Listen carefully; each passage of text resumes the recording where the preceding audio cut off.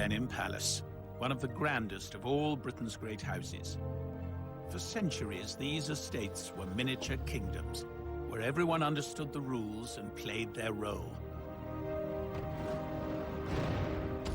This is the story of how the First World War began the destruction of so many of these perfect worlds. 4 years of horror which notice on the old order. I'm Julian Fellows, and when I created Downton Abbey, I wanted to tell the story of this very moment in our history. There will be explosions on this train, and passion! I wrote how the lives of the family and the servants were changed, and even ripped apart by war. We showed the women who went to work, and we watched as the doors of the house were thrown open to receive the wounded. Now I want to tell you about the men and women of a real house, Blenheim Palace, the war stories of a real Downton Abbey. This is this very room, transformed into a convalescent ward. Cash picture. Below stairs, I'll discover tales of heroism and tragedy. Now, this is very different from taking orders from the Ninth Duke. And upstairs, I'll seek out those who seized their chance to change. She doesn't look very retiring. She and the Bulldog have much in common. And I will explore the making of Blenheim's most famous son. Churchill was desperate to get in on the action. Now, this is a real. This is real. This is the original. I hardly dare touch it. The First World War would completely change the lives of the men and women who went through it. The world they'd die in would bear almost no resemblance to the world of their beginnings. It was a momentous time for Blenheim, and by the end, Britain would be transformed.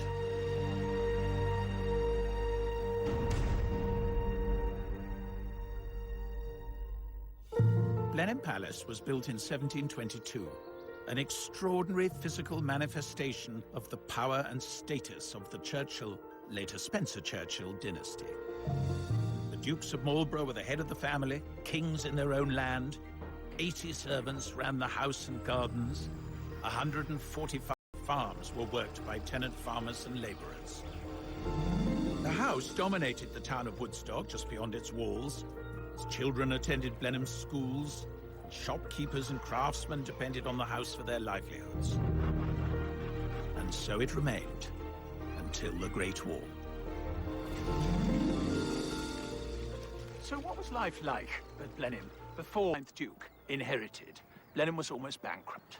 His father had sold much of the collection.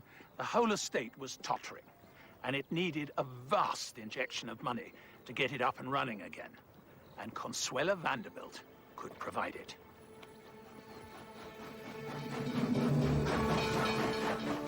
The Vanderbilt family had built one of America's largest shipping and railway fortunes, and Consuelo's father, or rather her ambitious mother, had settled a dowry on her, making her an attractive proposition for an impoverished English duke.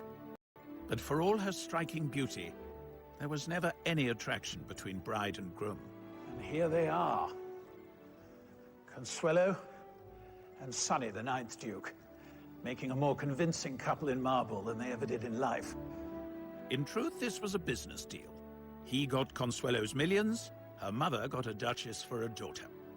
For the people of Woodstock, this was like a royal wedding, and their future prosperity lay in the gift of the happy couple.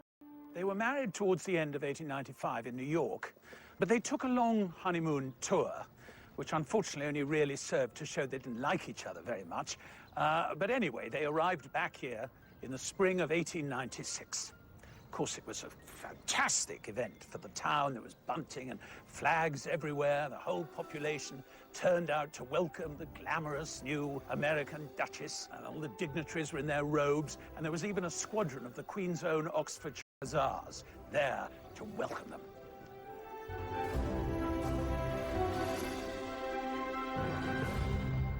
Consuelo's reception was cooler once she entered the palace. There she met her new in-laws, the Spencer Churchill family.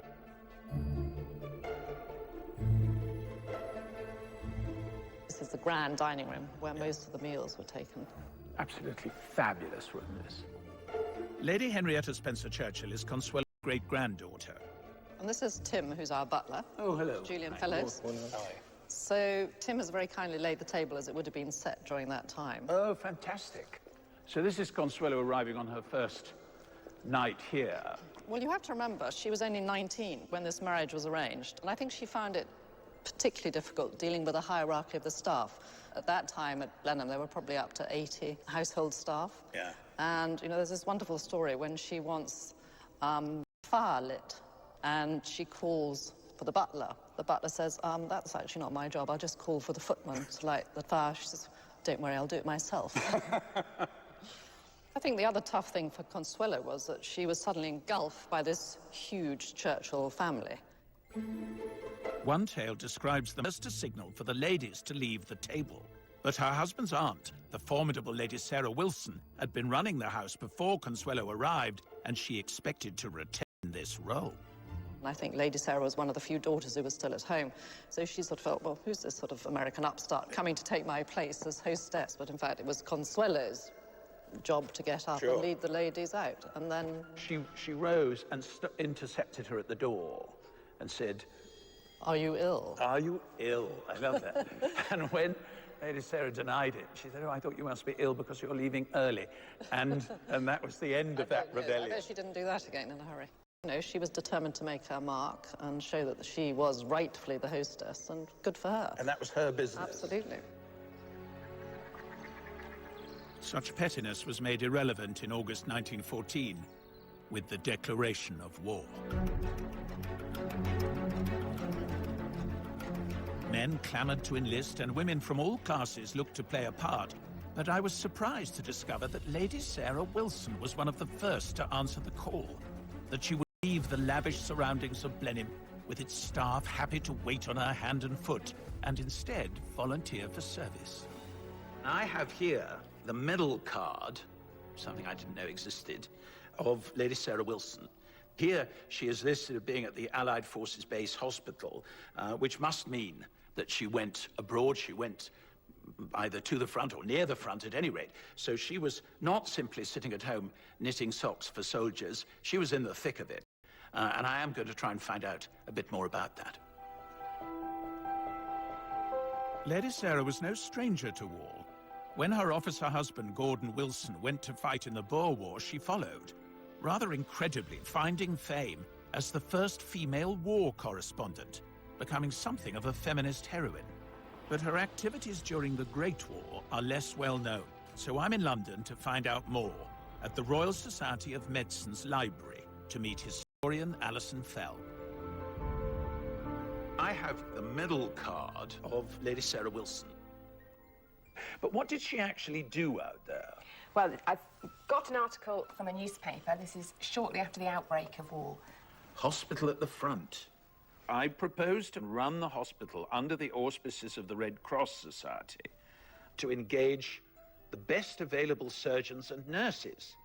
This stationary hospital of 200 beds has been gratefully accepted by the French ambassador on behalf of the French government for English and French wounded. And it would have involved an awful lot of negotiation with a number of different people setting up a hospital. And so to have to deal with the military authorities, with the Red Cross, to employ people around. This is her, is it? It is. See her confidence, I think. Yes, she doesn't look very retiring. She and the bulldog have much in common. Indeed. I mean, if she had been timid and vaguely inquiring as to whether or not she could be useful, clearly she wouldn't have got anything like as much done. And I think they would have seen, although they weren't right at the front. Yeah, but they saw the men coming in. Absolutely. A world away from her life receiving guests in a sumptuous palace, as Lady Sarah put herself within earshot of artillery fire, at the same time, her husband, Colonel Gordon Wilson, was somewhere on the front line. I have here the war diary. It's quite difficult to read. Colonel Wilson, killed, so he was killed, in November of the first year of the war, so almost immediately. So she would have found out quickly. Yeah. And I think 3 days later, she went back to Britain and to arrange the funeral. And then only 2 weeks after that, she went back out to France to the hospital. 2 weeks later? Yeah.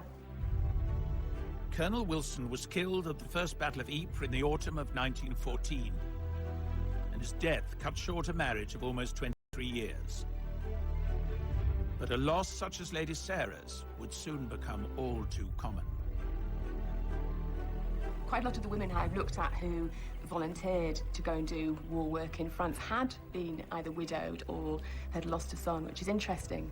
Nursing their patients as if they were their son or their husband. So I think it was a way of coping with separation and then sometimes with loss. I mean, you know, even in my own family, my grandfather died in 1915, my uncle died in 1918, lots of cousins. They all had men they loved who were at the front. Yeah. And an astonishing number of families were touched by death. Grief united women from all classes, leaving more than 200,000 British widows. Sarah Wilson devoted herself to helping wounded men in France for a further 2 years. I have another document here that we found from 1960.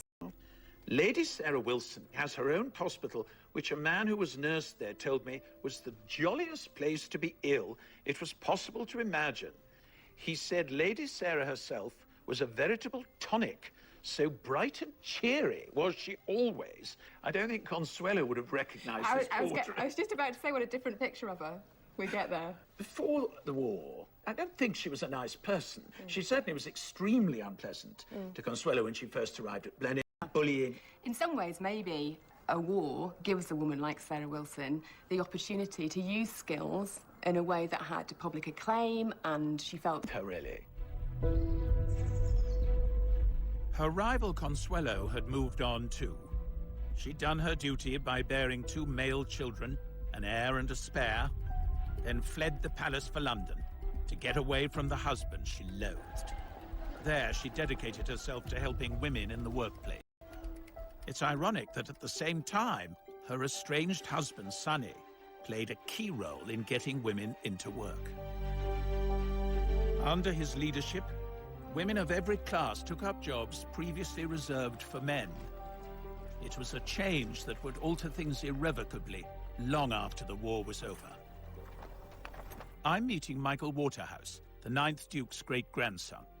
He founded this women's land corps that became the land army that we know so much about from the Second World War. Well, the Second War, we always think it's the Second World War phenomenon. But it's not. It's Sonny Marlborough as a junior Minister of Agriculture, and he encouraged women to come forward to work on the estate because all the men went off to the front. The Duke didn't stop there. He offered this very formal long library for service. Before the war, it had accommodated grand balls and glittering receptions, and it would have been unthinkable to see it filled with sickbeds. You know, this very room transformed into a convalescent ward. I find there's something very moving in that, really, wanting to involve even the house. He really made Blenheim play its part in the war. You know, ploughing up the sheep walks for arable, planting cabbages in the herbaceous borders. He saw himself as a great Englishman, and he was going to do his bit for Britain, and he was jolly well also, as minister, going to use his influence to encourage other people to follow his example. This was before the National Health Service, and it was vital that these great families got involved, because in the First War, their houses were not requisitioned. They had to be offered freely by their owners. By the end of the war, 3,000 buildings became temporary hospitals. And in these hospitals, on the land and in munitions factories, 2 million British women took the place of the men who'd gone to fight. Their service would prompt the first concessions, allowing women the right to vote. But it was the men of Blenheim who faced the horrors of the front line. Above stairs and below stairs, they volunteered to fight for their way of life. I'm going in search of 2 young men from very different backgrounds. One, Arthur Hine, a lowly clerk on the estate. Sergeant Hine, attached to the intelligence department. The other, Winston Churchill, the undisputed star of the Churchill family. There's absolutely no doubt that he did experience firsthand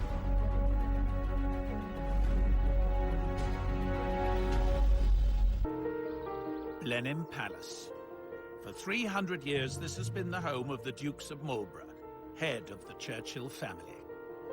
They created this jewel in 30,000 acres of Oxfordshire, where their money and status offered security to all around them.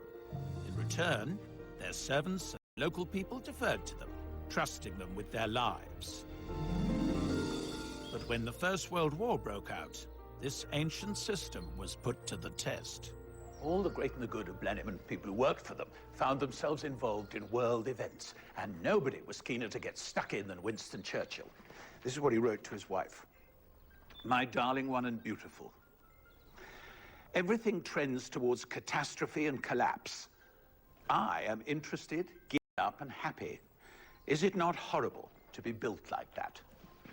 It shouldn't surprise us too much that Winston Churchill was so anxious for glory in politics and in warfare. This is where he was born, and Blenheim Palace is a house built on war.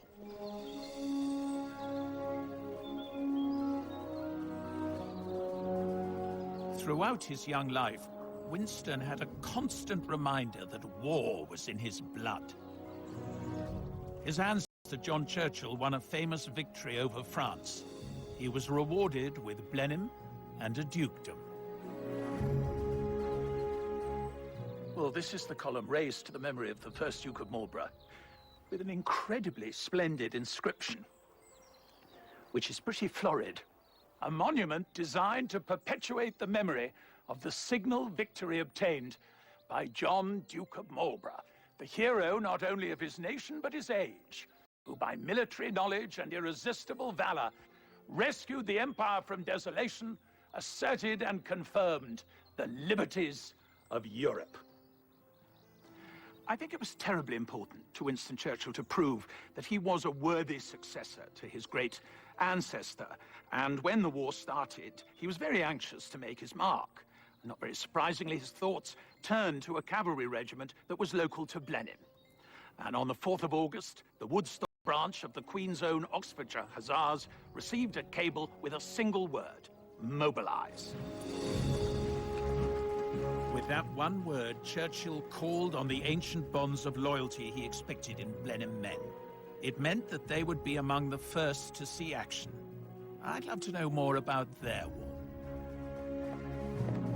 Deep in the bowels of the palace, I'm meeting Blenheim's historian, Karen Wiseman.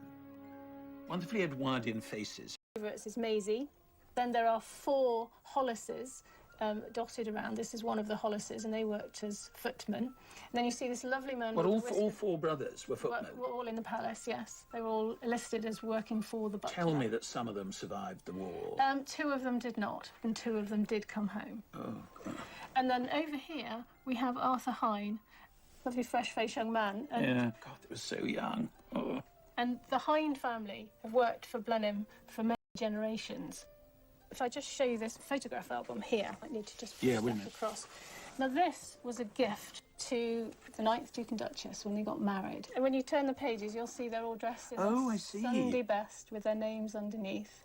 Oh, and it's all the estate workers and house workers. And all the tenants. And if you keep going a little way till you get to the name Hine. Oh, here we go. Yes. Now, here is Josiah Hine and J.E. Hine. Josiah Hine was estate clerk, and then his son J.E. Hine comes and joins them. Beautiful book, isn't it? Yeah. If we have a little look at this enormously heavy ledger to start off with. It's marvellous, isn't it? Look at the beautiful handwriting. Oh, and here is A.R. This is Arthur, presumably. Is this when he joins the office? Yes. He's not paid as much as his dad, but he's paid. Yes. You can see he's given quite particular jobs. Oh, drawing plans and plotting land. One last thing to show you about Arthur Hine is we bring it up to the 1914 period. Oh, yeah. A.R. Hine is missing, so I suppose that means... He's gone off to war. He's gone off to war. He's gone off to war.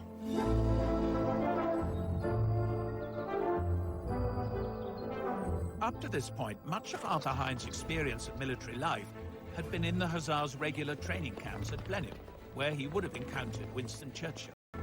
The war wrenched Hine from this secure world. In September 1914, he was in France with the Hussars. They expected a quick and glorious victory, and to be back at Blenheim for Christmas. Where is Dunkirk? Dunkirk is just inside France here. Yes, I see. I'm meeting military historian Chris Baker. He's made a discovery about Arthur Hine's first experience of war. So, Churchill has decided to send over the Hussars. And Hine goes with them, presumably. Yes. Do we have anything of his actual career once he crossed over? Well, what we know is that he was a dispatch rider message carrier. An article appeared in the press. Oh, this is nice. Sergeant Hine of Woodstock, attached to the intelligence department, went through the bombardment of Antwerp and was at the firing lines at the forts. Officer. His name was Major Fines. Fines? Fines. Now, he's been Churchill's parliamentary private secretary for a while. And of course, the two, with their connection to the men of Blenheim, Arthur would have been known to them.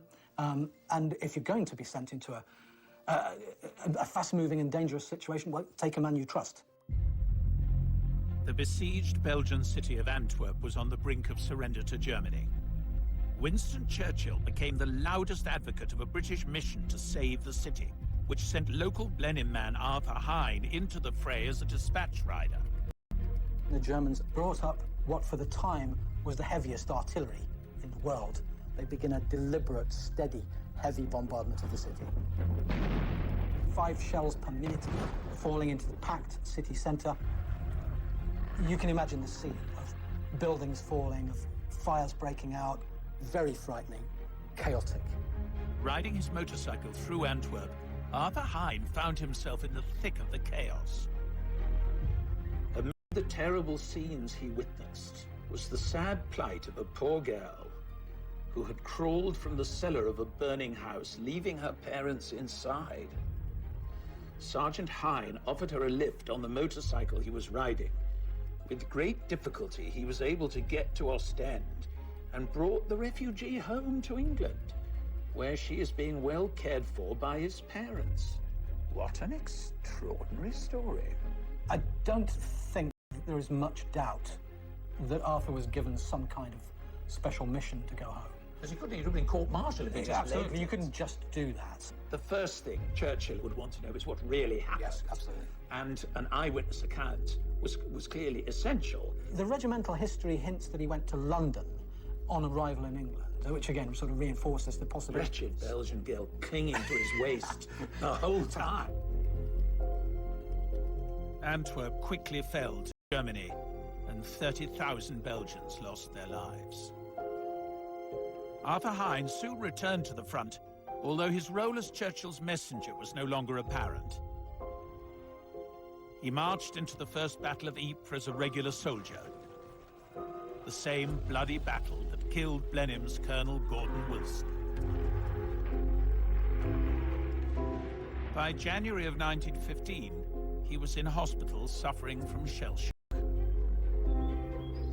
Having seen such horrors, you'd think at the end of the war he'd want to scuttle home to this safe haven. But in fact, he went to work for the railways and never returned to Blenheim. So what kind of man was he? Here we are. To see what she knows, and also to tell her what I've discovered. And it is an extraordinary, extraordinary design, you think. And there's the first Duke on his column, you see. Fantastic. Oh, and I'm just going to show you. This is the Queen's Own Oxfordshire Hussars. And this chap is Arthur Hine. My goodness me. He looks so young, doesn't he? It's just He looks so heartbreaking. small. Really. So small and young. So small. Did you get to know him well, then? He came to our wedding and I've got a picture with Oh, I'd me, love to see it. Where is it? with me. And there he is. Oh, but you see, he's quite sort of stylish, isn't he? And he was always well dressed. But I mean, the way he holds himself, Yes, you can yeah. see he's a military man. He certainly was a character, as you can see. I know, no, you can see it in that, actually. Rather extraordinary, really. And he used to come to our house and he used to go, bang, bang, bang, Hine here. Hine here. And he would never, like, when I used to say Grandad, he used to say, no, it's Hine. Oh, and you had to call him Hine? Mr. Hine or just Hine? No, just Hine. He would just turn up out of the blue and I used to say, I'll cook dinner, whatever. No, give me a cup of tea. Got to be on the next train. Got to be back on the train. Got to be back to Tiverton Parkway. It was very strange. It seems, forgive me for saying, slightly dysfunctional, all that. And I wonder, I mean, he did have a kind of breakdown, really. But actually, he A very splendid war. He worked in the intelligence. He was taking messages, we think, probably to Churchill from the front. So he was a very gallant figure in that bit. And he had this extraordinary adventure at the end of the siege of Antwerp. Do you know about his rescuing? No. None of that. It's all Nothing. secret. Well, amid the terrible scenes he witnessed was the sad plight of a poor girl who had crawled from the cellar of a burning house, leaving her parents inside. And Sergeant Hine offered a lift on the motorcycle he was riding and brought the refugee home to England, where she is being well cared for by his parents. My goodness me.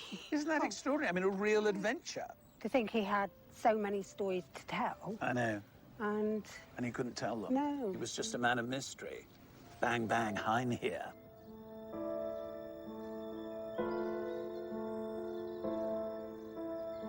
I have a sort of renewed vision of Arthur Hine as an older man, really. This almost Pinteresque figure who always had to be going to the station and was always late. But I think what it tells us more than anything is the rupture that the war brought. I mean, here he was, a Blenheim man. He knew that that man had gone and he had become someone else. And the only way he could really deal with it was to reinvent himself and start again. I find that very poignant. And I'm afraid there were many, many men who felt exactly like that. And what of that other Blenheim man who had sent Arthur Hine to war? Winston Churchill's failure to save Antwerp began the most disastrous slide in his public career.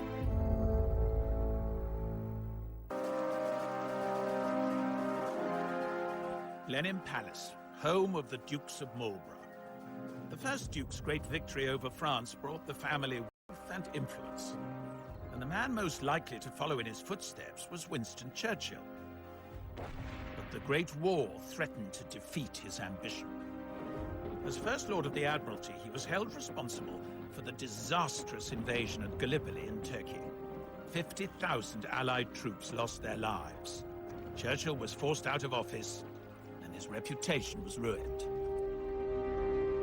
His response was to go to the Western Front himself, as an ordinary battalion commander. This is the Cambridge College that bears his name. The letters he wrote to his wife throughout the war are kept here. Alan Packwood is the director of the Churchill Archives. He decides to go to the front, to face the danger, to be with the men who are fighting. And, very possibly to be killed. He was enormously brave in the face of really whatever happened to him. There's absolutely no doubt that he did experience firsthand the full horror of the trenches. And you might want to have a look at a key passage on this letter here. Well, this is a real letter. This is the original. This is Churchill writing back to his wife. I hardly dare touch it. So this passage down here particularly. I am sure I am going to be entirely happy out here and at peace. It's an interesting choice of words at the front. I must try to win my way as a good and sincere soldier, but do not suppose I shall run any foolish risks or do anything which is not obviously required. Always your devoted and loving husband, Winston. There's absolutely no doubt that he was personally brave, that he was very resolute under fire, and that's brought very vividly to life by this letter back to his wife, Clementine, from November 1915. So this is the original letter. We have this transcript for you here. You'd rather I touched that than that, wouldn't Of course. you? I know your sort. My darling, we have finished our first 48 hours in the trenches. It is a wild scene. Filth and rubbish everywhere. Graves built into the soil. God. Water and muck on all sides. And about this scene in the dazzling moonlight, troops of enormous rats creep and glide to the unceasing accompaniment of rifle and machine guns and the venomous whining and whirring of the bullets which pass overhead. But in the horror and the mud of the trenches, Churchill began to win his way back as a leader. He always felt that he was a natural commander of men. But he does win them over by taking a keen interest in their welfare. One of the first things he does is to declare war on the lice. He lays on entertainment for them. He lobbies to have his troops built back up to complement. There was this kind of ancient arrangement that the townspeople or the Farmers would give deference in return for protection. That's the tradition from which Churchill comes. He clearly won them over and proved himself actually quite an inspirational commander. Must have been incredibly relieving, actually, for his men, that they knew they had someone who was on their side, taking an interest, and more to the point, had contacts right at the top of the stairs. I think Winston Churchill is one of those people who was changed for the better by the First World War.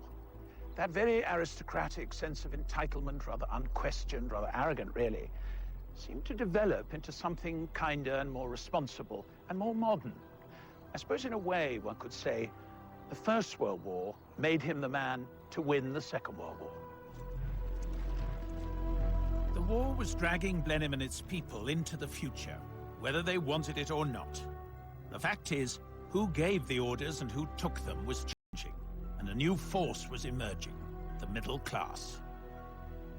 Huge family, yes. I'm interested in how these changes affected a soldier from a solid Blenheim working family. Yes, George Farley was the founder. George Farley and Son was the firm. House painter, house painter. Genealogist Mary Evans has been digging into this long line of painter-decorators who for generations kept the palace pristine. And if we look in the estate ledgers, we can see George Farley and Sons. 1898. 1898, So it wasn't yes. long after the Duchess's dollars had arrived that we have the kick-off. That's right, yes, indeed. We had them again a little bit later on. And what level are we talking? So bedrooms and passages or staterooms? All sorts. We have one here, look, colouring the walls, etc., in the long library. Oh, OK. Oh, this is 1903. very grown-up stuff. Yes. Mary's found the war record of one member of the Farley family. Albert Frederick Farley, and he joined up on the 15th of September 1915. So that's before conscription. Conscription didn't come in until the following year. Oh, offence. This is only for reporting offences. This is for the offences, yes. When on active service, not complying with an order, which sounds very serious, although in brackets it says, i.e. not cleaning cooking utensils when ordered. When ordered. Yes, I'm so slightly with Albert over that one, so I don't want to hold that against him too much. 13th of March, 1916. Disobedience to standing orders, i.e. crossing land during prohibited hours. And again, the 27th, being late on parade. Not so bad. Well, not so bad, but I mean, it's slightly massed. You know, they're having to write little to get it all in. And here we have refusing to obey an order, which I'm afraid this time is not qualified. And the last word, missing. It's rather sad, isn't it? You think he volunteered to protect his country and went off brave, and it hasn't gone well from the beginning. So the question is, what happened to him? I want to discover why this eager young recruit behaved so badly, and what lay in store for him, and this great house that had shaped the universe in which he was born and raised.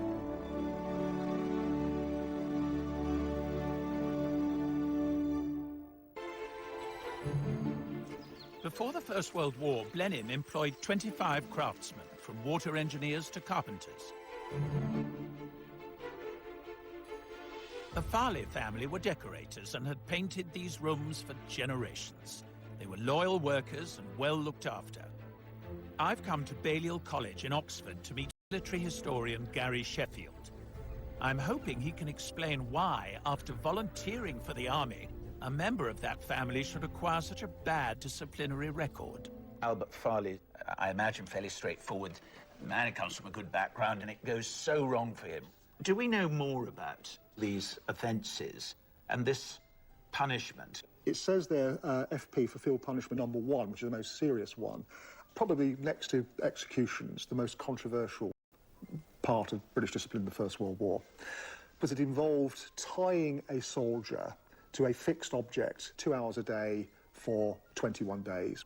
And we've actually got an account by another soldier of his reaction. I saw that one of the artillerymen was stretched out, cruciform fashion, his arms and legs wide apart, secured to the wheel. His head lolled forward as he shook it to drive away the flies. And that seemed face of this half-crucified gunner got us all groggy. That's terrible, isn't it? It's utterly inhumane.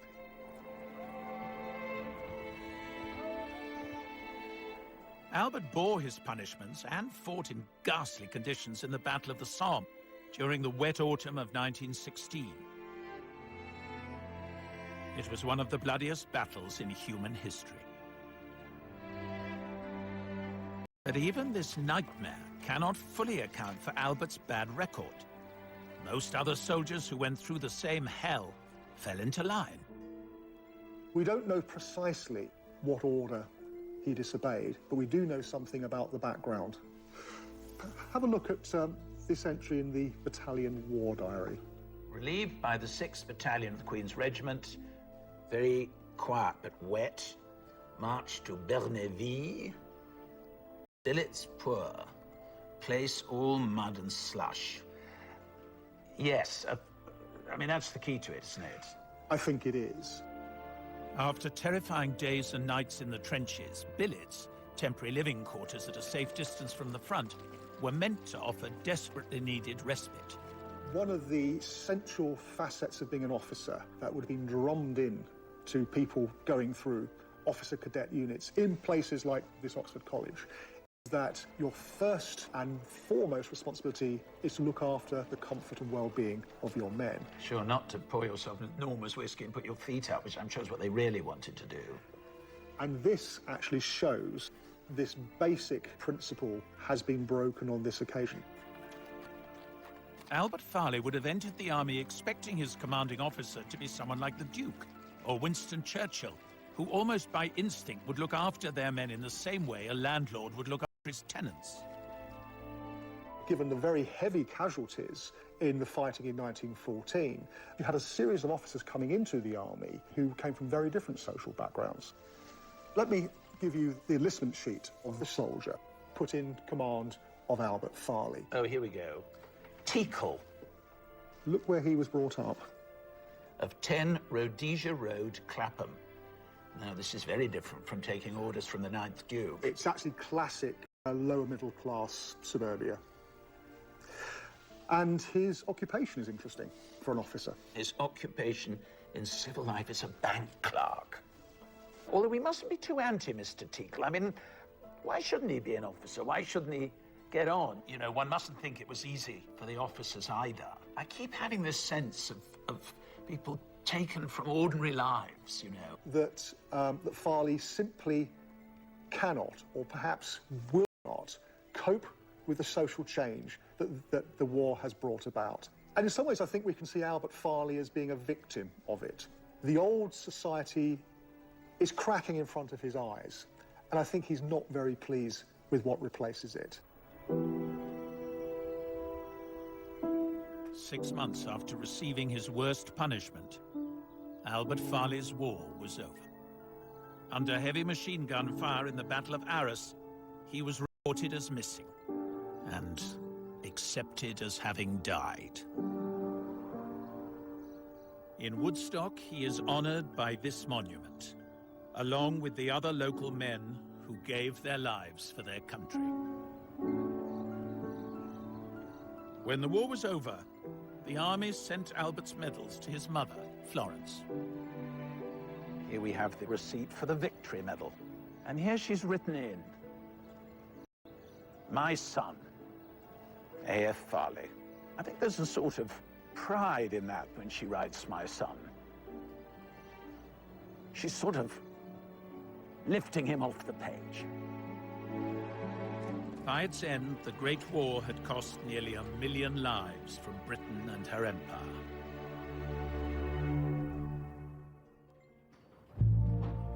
These great houses were casualties too.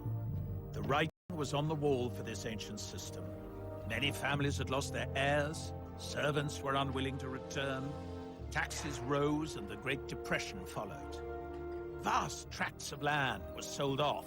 In 1 year alone, 17 country houses were demolished. Many more were converted to other uses or given to the National Trust. At Blenheim, Sonny, the 9th Duke, refused to accept this change. His first wife, Consuelo built walked away from the suffocating tradition, married again and lived happily ever after. But Sonny had dedicated his life to Blenheim and he couldn't stop now. He carried on spending her money on the house and these spectacular gardens. His grandson, the 11th Duke, has built on Sonny's lifelong obsession with Blenheim and turned it into a modern business, open to the public, but still his home. He started with the Italian gardens before the First World War, and then where we're sitting now, the water terraces, he did after the First World War, from 1925 to about 1930. Just when a lot of other families were pulling in their horns, he was making Blenheim more splendid than ever before. That's correct. I mean, it's extraordinary when you think of that. Like parterre appearing at Blenheim. Yeah, it's wonderful that it exists today, and we're trying to keep it going.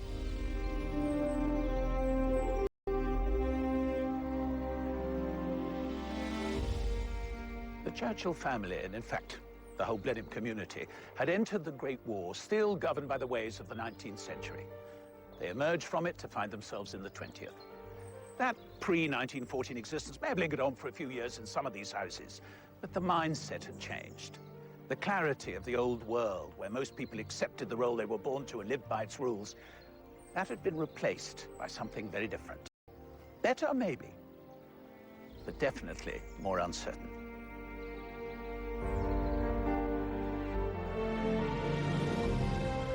And we head to another grand house this weekend as the new series of Downton Abbey continues Sunday at 9. Then we've brand new drama for you next week as James Norton stars as a vicar on a mission. That's Grantchester, Monday at the same time. Here next, with all the latest headlines, we've the ITV News.